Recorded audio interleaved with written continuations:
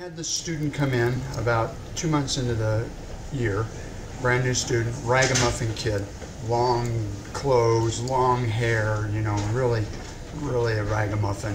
And so I told him what our reading program was, and he looked at me and he said, "F you," if I can paraphrase, "I'm not reading."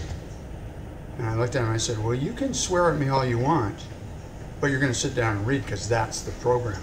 And he didn't know what to do, because the reason he swore at me is he wanted to be sent up to the office and get out of the class. And so he just stared at me, and I said, "Go sit down."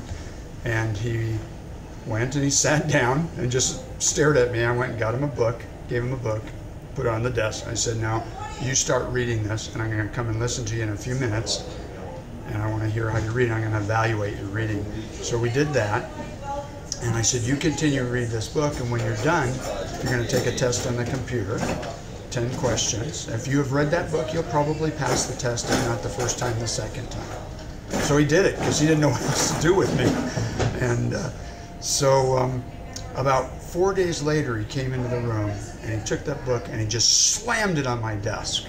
And I went, "Uh-oh, what's going on here?" And he looked at me and he goes, "Have you read this guy?" And it was R.L. Stine, and it was a Goosebumps book, so we're talking like second or third grade book, and he's 13 years old. And I said, "Well, I know R.L. Stine, sure, I know all about him and stuff." He goes, "This was great." And I said, "Good, go take the test." Took the test, he didn't pass it the first time, studied the book that night, passed it the second time.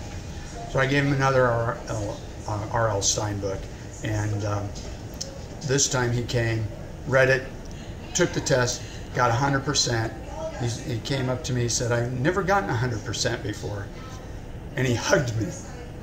And oh, it was just, you know, it was worth it. It was worth taking a little risk not to send him to the office in the first place. And then after that, he moved. He was gone. Another 3 weeks, he was gone. My school was the 17th school he had been to by the time he was 13 years old.